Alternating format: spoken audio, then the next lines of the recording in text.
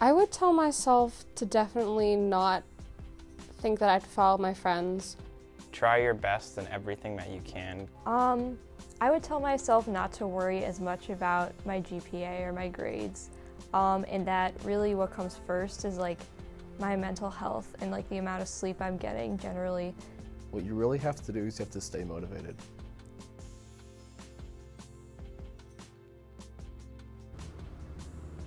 I guess I was worried about older kids like shoving me into lockers and stuff, and I don't think that ever happened. Getting lost? I mean, I guess keeping on top of workload, because I was worried and it was hard at the beginning, then after a while it starts getting easier.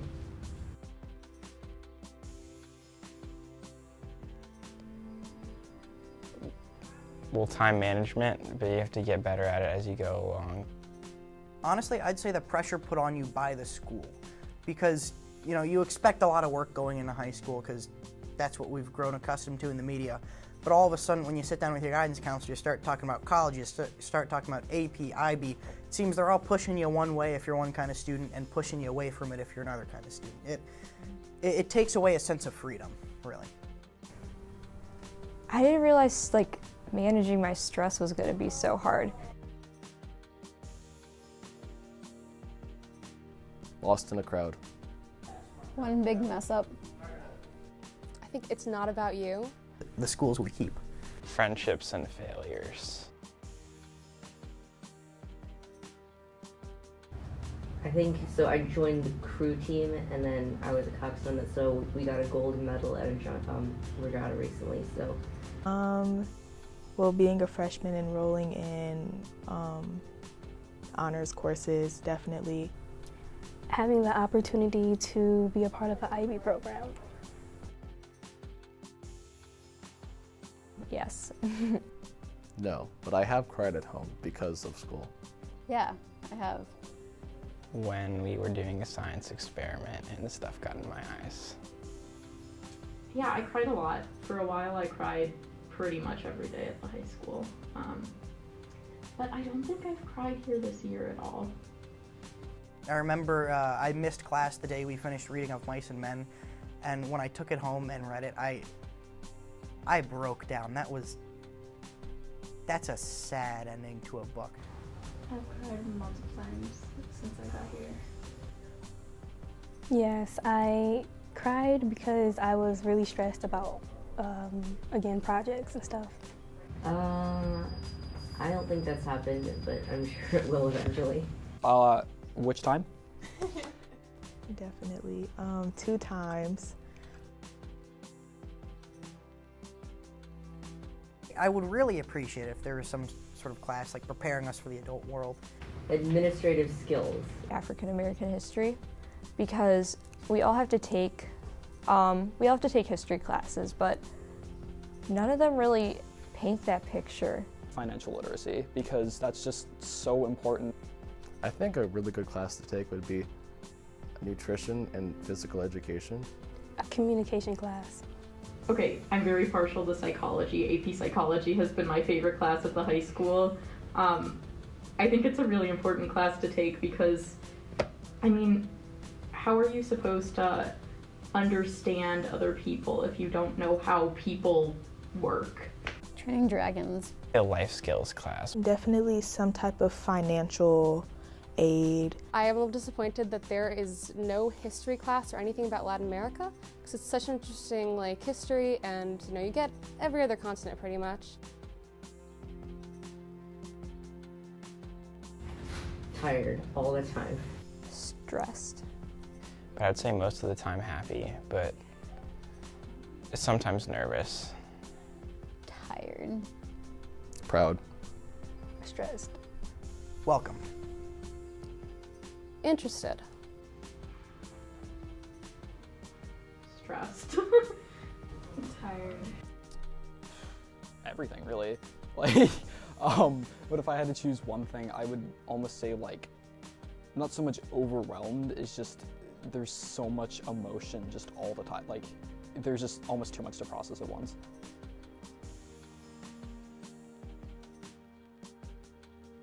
Working on communication between admin and teachers, teachers and students, students and admin, just all parties involved. It seems whenever there's an issue, it's because of a lapse in communication, not even a lack of communication.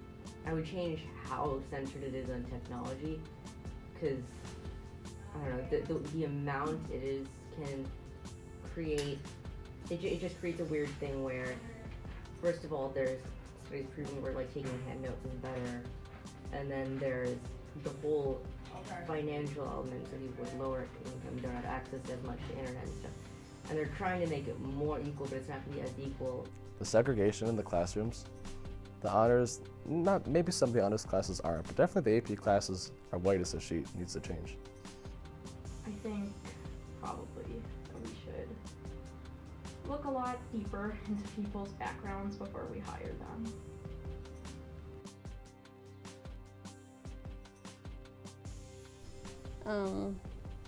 Making friendships and like keeping that and sticking to your word. The importance of having people that love and support you and aren't fake with you.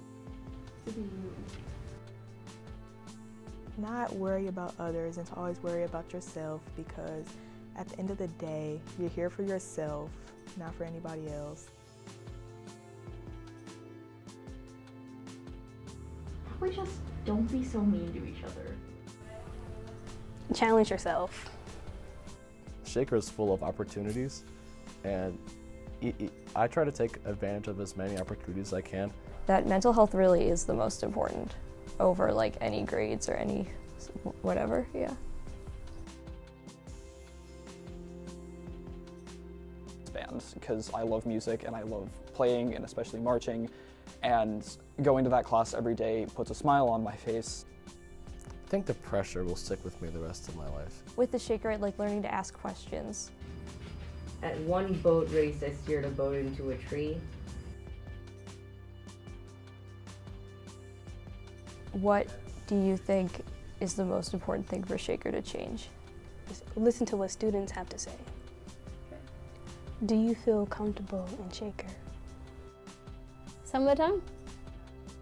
What is something that you have messed up? Getting suspended. Your favorite part in high school?